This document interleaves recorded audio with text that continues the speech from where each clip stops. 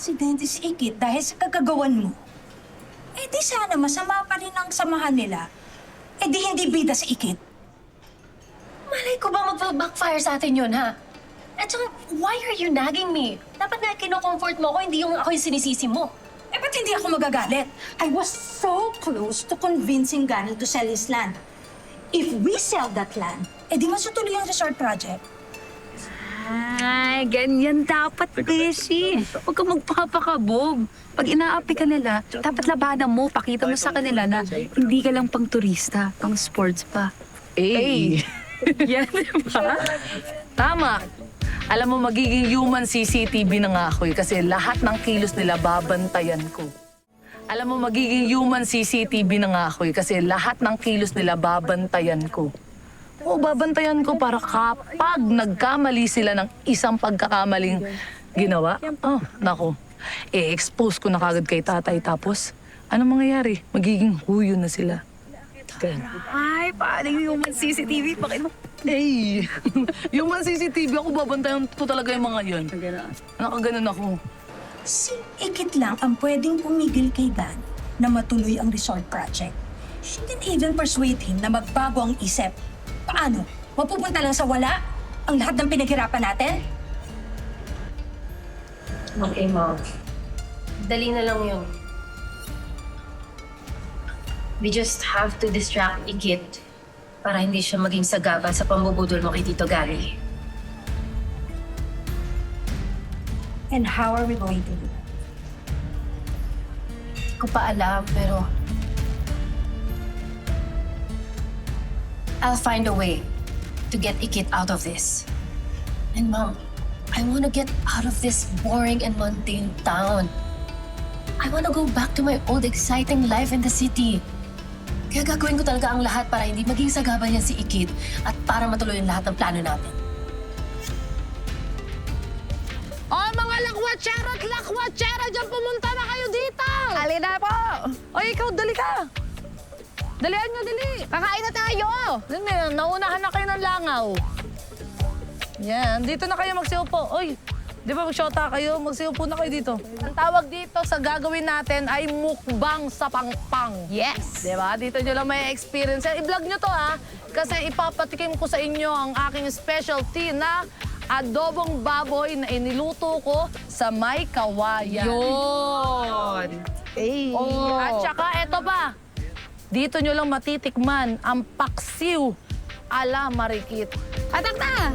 Ano pa Sige na, magsiupo na kayo. Ito, masolid to. Sarap yan. Sige, go. Enjoy lang kayo dyan. Sige, tiran nyo kami, ha. Bakla, wala kang wifi. Hindi ka masyadong busy sa ha.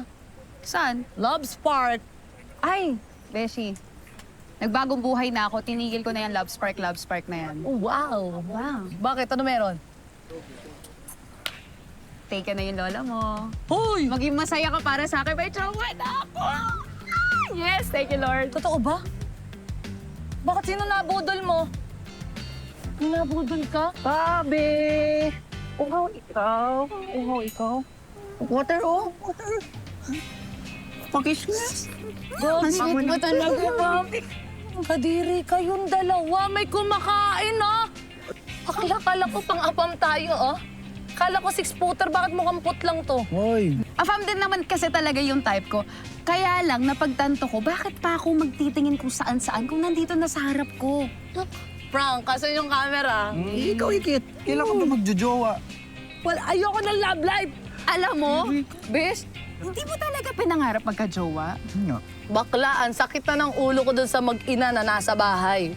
Dadagdagan ko pa? Alam mo, makinig ka muna sa akin, ha? Pwede ba, Ikit, wag mo ipadlak yung puso mo? Alam ko naman, naiintindihan ko na nagre-revolve yung buong mundo mo sa inyong dalawa ni Ninong Gani. Pero, yung tatay mo may jowa na, so syempre, mahati yung atensyon niya. Kung ako sa'yo, mag-jowa ka na lang din. Eh, di quits kayo, di ba? Pareho kayo may love life. Kayo mo nun?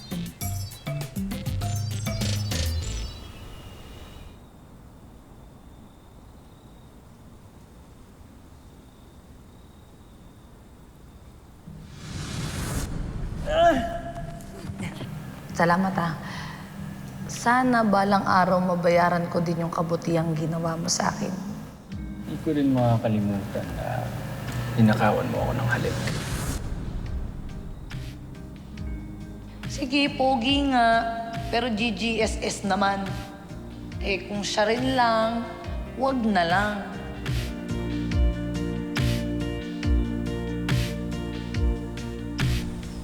Maringgani, coffee. Ay, salamat Sige, pare. paint ka muna ng tiyan dyan. Mabuti. Napagbati mo si Rika, tsaka si Ikit. May katahimikan na yung pamilya mo. Good for you.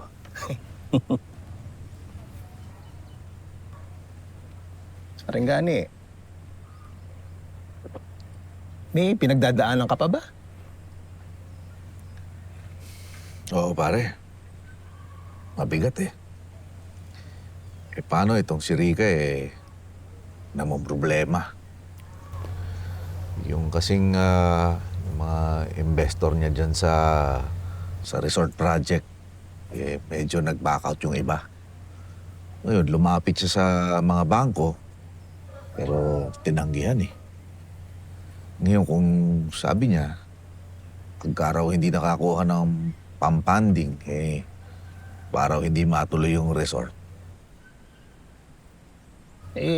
Mabigat nga yan. Pero may naisip naman ako solusyon. Naisip ko na ibenta yung mga pag-aari kong lupa. Tapos ipahiram ko yung pera kay Rika para matuloy lang yung resort na project tsaka yung mga pinaplano niya para sa ating mga tumagat. Maringgani, sigurado ka ba dyan sa plano mo? Binili ng lolo mo yung lupa na yan para ipasa sa tatay mo. Na ipapasa naman sa'yo. Akala ko ba plano mo rin ipasa yan kay Ikit? Oo nga pare, pero hindi ko pwede pabayaan si Rika eh. Asawa ko na rin yun, pare.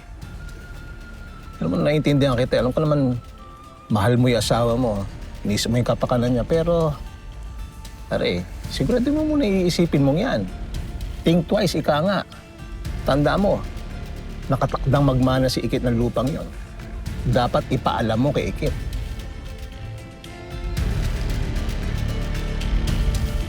Ano pong reason kung ba't lagi akong nahihilo at nagsusuka recently?